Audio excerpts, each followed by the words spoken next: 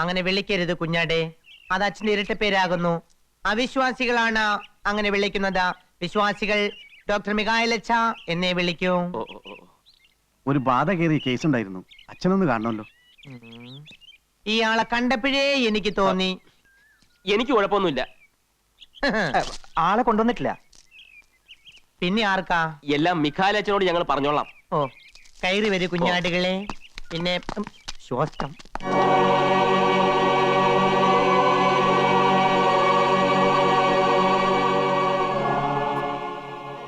കർത്താവേ, നിനക്ക് നന്ദി.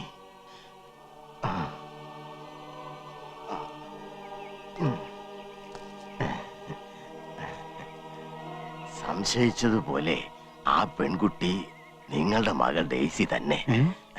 വരൂ, ഇങ്ങോട്ടിരിക്കൂ.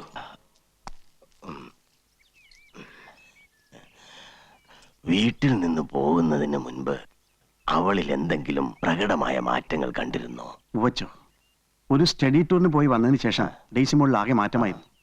പിറ്റേന്നൊരു ഡോക്ടറെ കാണിക്കാമെന്ന് വിചാരിച്ചിരിക്കുമ്പോഴാ അന്ത് വെളുപ്പിന് മോളെ കാണാതാവുന്നത്. ഇത് പ്രേതബാധയാണോ അച്ചോ, അതോ വേറെ വല്ല അസുഖമാണോ? വിശ്വസിക്കുന്നവർക്ക് ഇത് പ്രേതബാധ തന്നെയാണ്. മെഡിക്കൽ സയൻസിൽ ഡിസോസിയേറ്റീവ് ന്യൂറോസിസ് എന്നോ മൾട്ടിപ്പിൾ പേഴ്സണാലിറ്റി എന്നോ ഇതിനെ പറയാം. കൺവേർഷൻ റിയാക്ഷൻ അല്ലെങ്കിൽ പൊസസീവ് റിയാക്ഷൻ എന്ന് പറയുന്ന വേറൊരു തരം അസുഖവും ഉണ്ട്. Anyway, all these diseases are different versions of hysteria. അപ്പൊ ഇത് പ്രേതബാധ അല്ലെന്നാണോ അച്ഛൻ പറയുന്നത്? നിങ്ങളെ പോലുള്ള പീപ്പിൾസ് ഇതിനെ പ്രേതബാധ എന്ന് പറയും. വേറെ ചില മണ്ടന്മാർ ഇതിനെ സൈക്കാട്രിസ്റ്റ് കേസ് എന്ന് പറയും. നിങ്ങളുടെ ഭാഷയിൽ ഇത് രണ്ടുമല്ലാതെ മറ്റെന്താണ് പറയുക? അങ്ങനെ ചോദിച്ചാൽ എനിക്കറിയില്ല. ഫാദർ പറയും.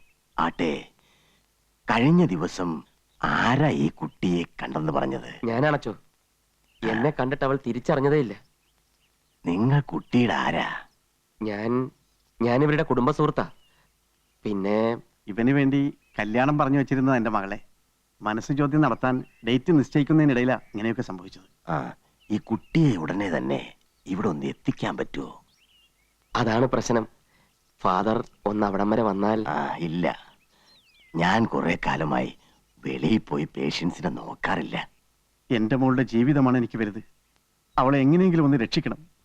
അച്ഛനെ കൂടി കൈയൊഴിഞ്ഞാൽ ഞങ്ങൾക്ക് വേറെ ആശ്രയമില്ല. എടോ വെട്ടുകുഴി, ഫാദർ, തനിക്ക് ആ കുട്ടിയെ പോയി ഒന്ന് കൊണ്ടുവരാൻ സാധിക്കുമോ? അച്ഛന്റെ പ്രാർത്ഥനയും അനുഗ്രഹമുണ്ടെങ്കിൽ ഞാനൊന്ന് ശ്രമിച്ചു നോക്കാം ഫാദർ.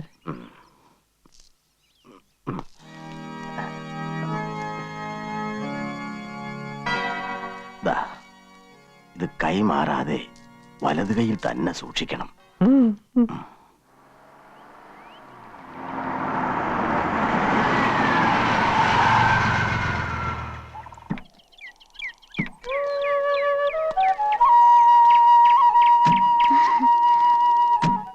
എന്ത് കാണാനാ ഇങ്ങോട്ട് വരണമെന്ന് പറഞ്ഞത്?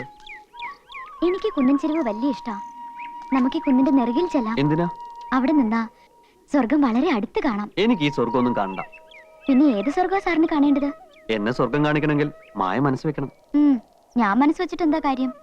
ജപവും മന്ത്രവും ബ്രഹ്മചര്യൊക്കെ നടക്കുന്ന അന്ധവിശ്വാസികളുടെ കൂട്ടത്തിലല്ലേ ഉണ്ണിയും? എനിക്ക് അന്ധവിശ്വാസമൊന്നുമില്ല. മുത്തശ്ശിയെ പേടിയാണുള്ളത് സത്യം. അതുകൊണ്ട് മുത്തശ്ശി കൊടുത്ത വാക്ക് പാലിക്കുന്നു. അതല്ല, ഉണ്ണിയുടെ കയ്യിലുണ്ടല്ലോ ഒരു ഏലസ്. ഓ, ഇതോ? വിശ്വാസം ഉണ്ടായിട്ടൊന്നുമല്ല, മറ്റുള്ളവരുടെ സമാധാനത്തിന് വേണ്ടിയാ. ഓ, വലിയ ധൈര്യശാലി. ഗമ പറയാൻ ആർക്കാ വയ്യാത്ത? ഗമ പറഞ്ഞതല്ല, സത്യം. കയ്യിൽ ഏലസ് കണ്ടില്ലെങ്കിൽ മുത്തശ്ശി വഴക്ക് പറയലോ എന്ന് ഓർത്ത് കെട്ടുന്നതാ. അങ്ങനെയാണെങ്കിൽ ഇപ്പൊ അതങ്ങ് അഴിച്ചു കളഞ്ഞേ. ഇവിടെ മുത്തശ്ശി ഇല്ലല്ലോ. അഴിച്ചു കളഞ്ഞാൽ എന്റെ ഭർത്താവ് ധൈര്യമുള്ള ഒരു ആൺകുട്ടിയാണെന്ന് ഞാൻ സമ്മതിക്കാം. അത് മാത്രം പോരാ, പിന്നെ ഈ കവളിൽ ചൂടുള്ളൊരു സമ്മാനം കൂടി തരുമോ?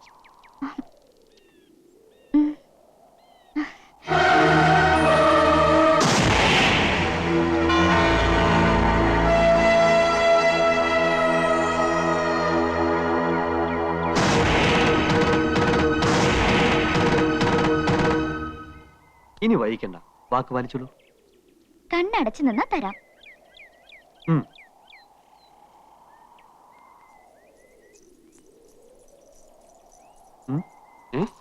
മായേ, ദേ അവിടെ നിൽക്കാൻ. വാക്ക് പാലിക്കണം കേട്ടോ. മോളിൽ വന്നാ വാക്ക് പാലിക്കാം. മായ, അവിടെ നിൽക്കാൻ. മായേ,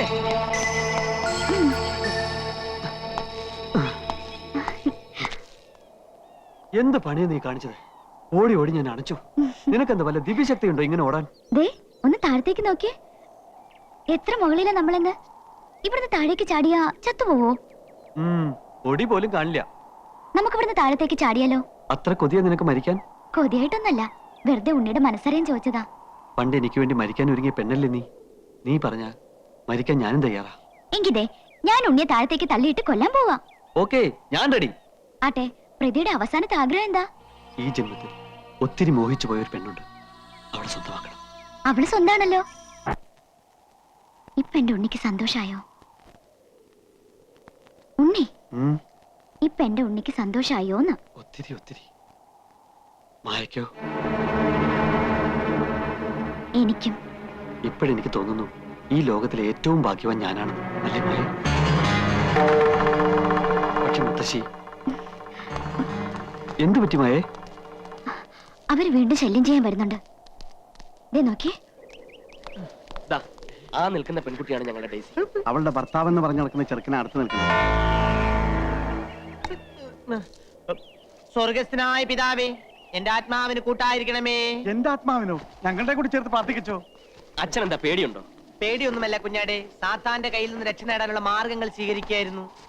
വിഷമിക്കണ്ട, ഞാനല്ലേ കൂടെ ഉള്ളത്. മായ വന്നോളൂ.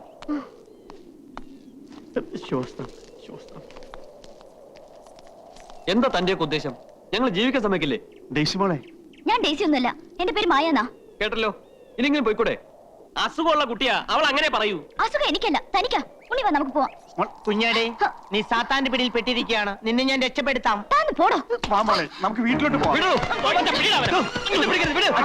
പിതാവേ,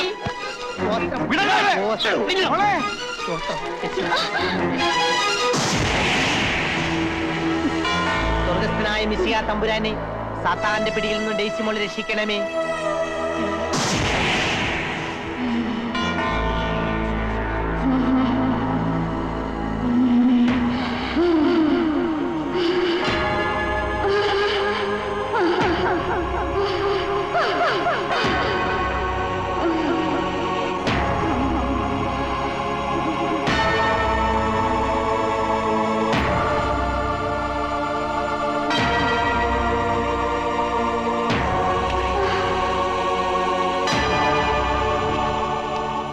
അവളെ കൊണ്ടുപോകരുത്.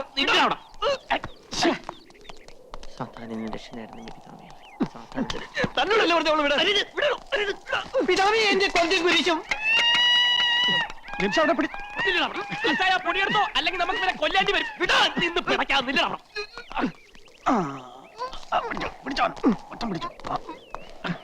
ഡേസി, അവിടെ കിടത്തി.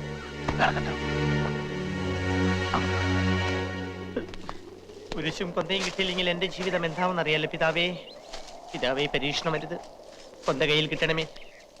പിതാവേ, പരീക്ഷണം വരുത്, കൊന്ത കയ്യിൽ കിട്ടേ.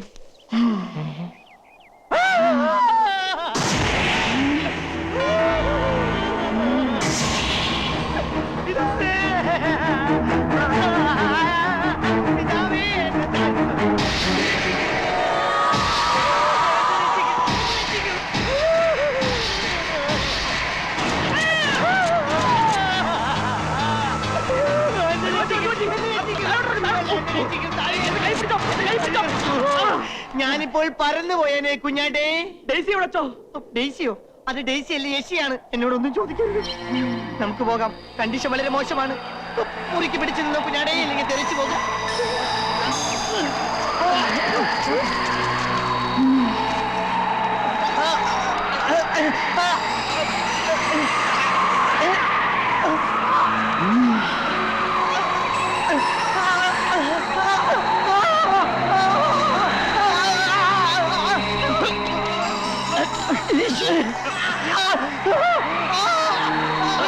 എന്തെങ്കിലും മന്ത്രം ജപിക്കച്ചോ, അല്ലെങ്കിൽ അവള് നമ്മളെ കൊല്ലും. കൊന്ത പോയുടെ കുഞ്ഞാടെ, ഇനിയൊരു മന്ത്രം ജപിച്ചിട്ട് കാര്യമില്ല. ഇനിയിപ്പോ എന്ത് ചെയ്യാച്ചോ? നമുക്ക് ഓടി രക്ഷപ്പെടാൻ വരൂ കുഞ്ഞാടികളെ. അയ്യോ, എന്റെ മോൻ താഴെ ഇറങ്ങടാ. താഴെ ഇറങ്ങാന് പറഞ്ഞേ. താഴെ ഇറങ്ങാൻ.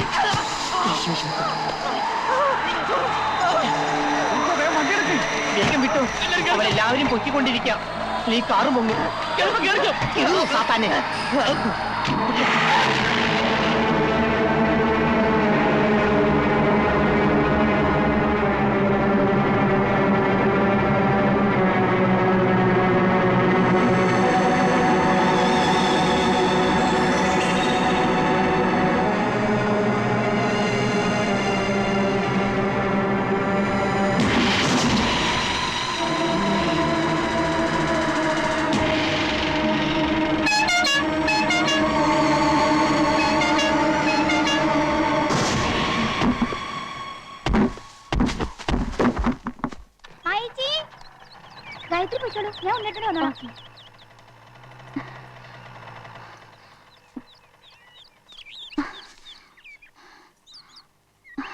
ഉണ്ണി ഉണ്ണി ഉണ്ണി മായ നിനക്ക് വല്ലതും പറ്റിയോ? എനിക്കൊന്നും പറ്റില്ല. ഉണ്ണി എഴുന്നേക്ക്, വാ പോവാം. അവര് പോയോ? അവര് പോയി. ദേ ഇന്ദു വരുന്നുണ്ട്. ഇന്ദു ഉം. ദേ അവളോടൊന്നും പറയാൻ നിൽക്കണ്ട. എന്ത് പറ്റി ഉണ്ണിയേട്ടാ? ഞങ്ങള് വെറുതെ കാറ്റുള്ള ഇറങ്ങിയതാ അല്ലേ മായ? നീ എന്താ ഇവിടെ? ഗായത്രി ഞാനും ട്യൂഷൻ കഴിഞ്ഞ് വരുന്ന വഴിയാ, കാർ കണ്ട് നിർത്തിയതാ. ആ നീ ഇതൊന്നും ചെന്ന് മുത്തശ്ശിയോട് പറയാൻ നിൽക്കണ്ട. പാപ്പോ വല്യമാവൻ തളർന്നു വീണ സമയം രണ്ടുപേരും കൂടി മുതലാക്കിയാണല്ലേ? പിന്നെ മുതലാക്കണം. നീ നിന്റെ കാര്യം നോക്കണം കേട്ടോ. ദേ ഉണ്ണിയേട്ടന്റെ ഏലസോടെ അഴിഞ്ഞു കിടക്കുന്നു. കൈയും കൊണ്ട് നീട്ടിയേ. മുത്തശ്ശിയെങ്ങാനും കണ്ടാ പിന്നെ ഇത് മതി കേട്ടോ.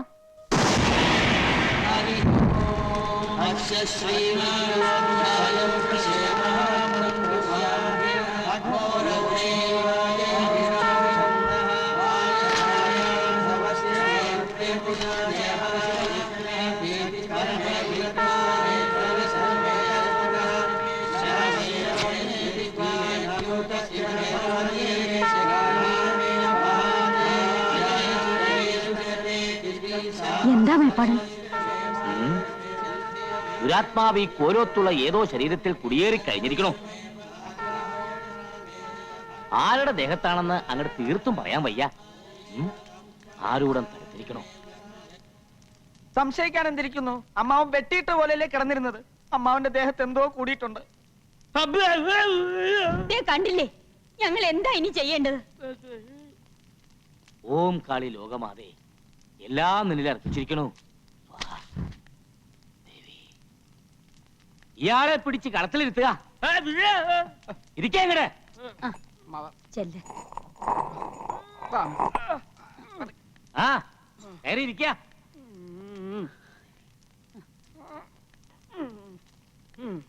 ആരാ നീയ്?